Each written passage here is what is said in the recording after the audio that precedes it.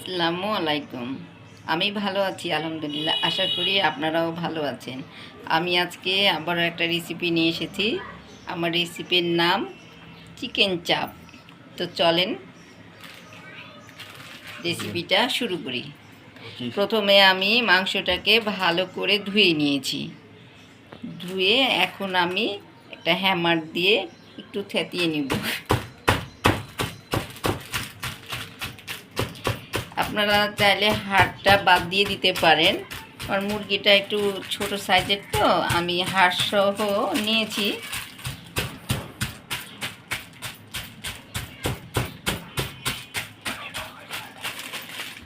চিকেনটা থাতানো হয়ে গেছে।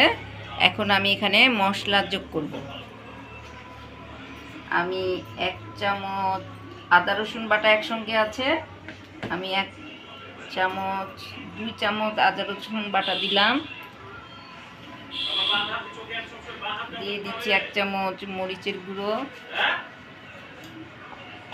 দিয়ে দিচ্ছি 1 চামচ হলুদের গুঁড়ো, দিয়ে দিচ্ছি ধনিয়া গুঁড়ো, সামান্য একটু হাফ চামচ যে গোটা জিরা বাটা দিয়ে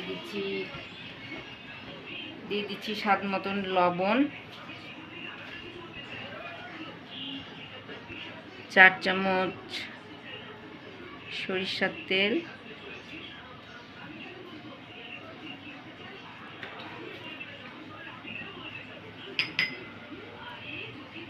স্বাদ মতন সস,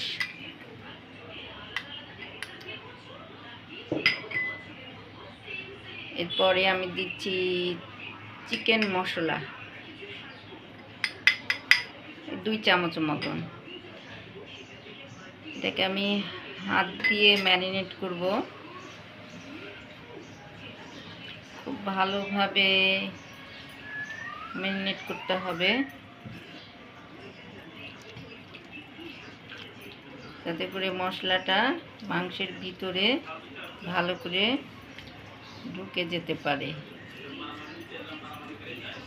যত ভালোভাবে মাংসের গায়ে মশলাটা মাখানো হবে, চিকেনটা খেতে ততটাই মজা হবে।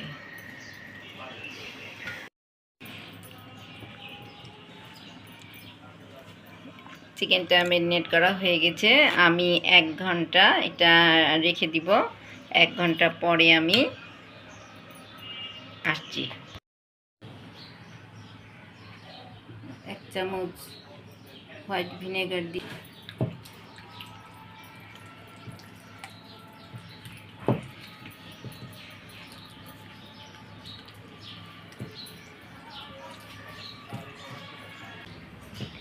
হ্যাঁ,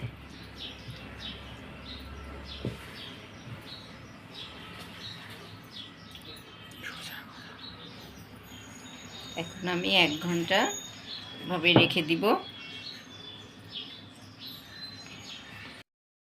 এখন আমরা বাকি রান্নাটা শুরু করি। গ্যাসটা জ্বালাই দিয়েছি। আমি সাদা রান্নার সয়াবিন তেলটা দিয়ে দিলাম।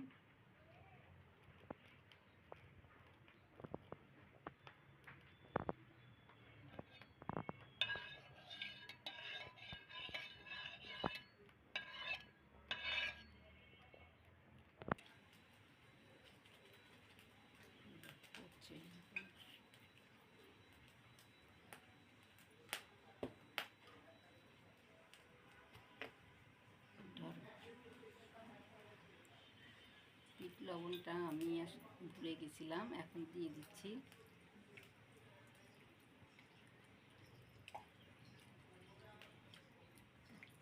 তেলটা আমার গরম হয়ে গেছে। আমি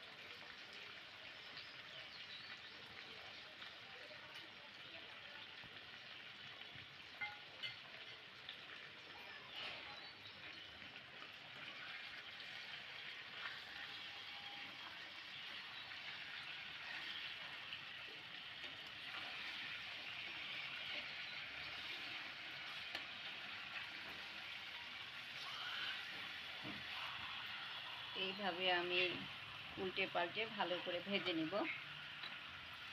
আমি উল্টে পাল্টে নিচ্ছি। আমার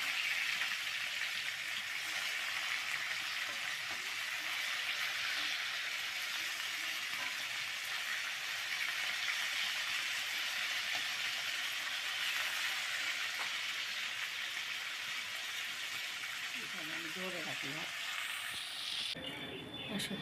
বাকি মশলাটা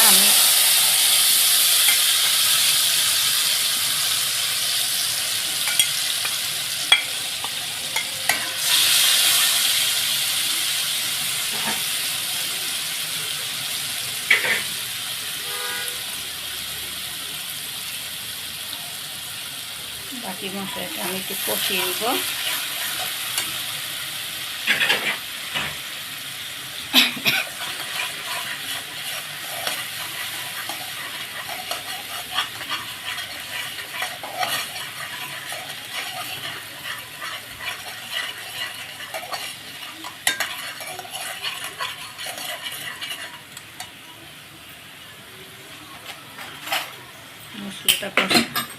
মশলাটা কষানো হোক, মশলাটা ওদিকে কষানো হোক, এদিকে আমি মাংসটা একটু টুকরো টুকরো করে কেটে নিচ্ছি। আমি একটু সরষের তেল দিব।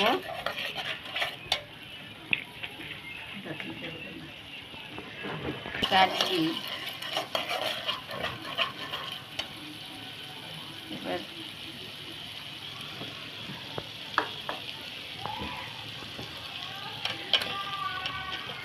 করা কয়েকটা পেঁয়াজ দিয়ে দিলাম।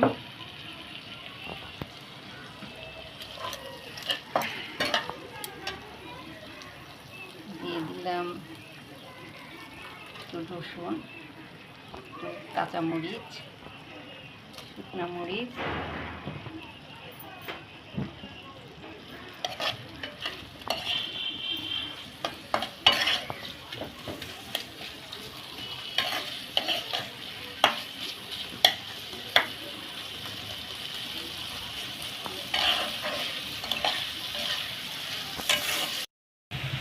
মশলাটা আমার হয়ে গেছে। এখন আমি টুকরো করা মাংসগুলো দিয়ে দেব।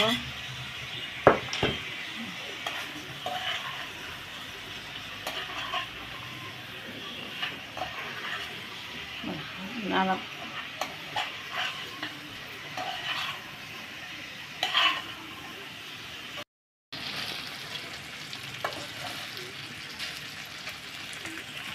আমার চিকেন চাপটা হয়ে গেছে। আমি এখন গ্যাস বন্ধ করে দিচ্ছি।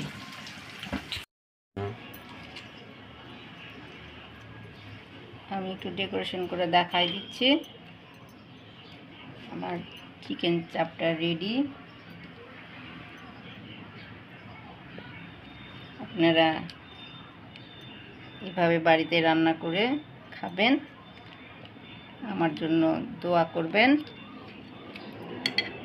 আল্লাহ হাফেজ।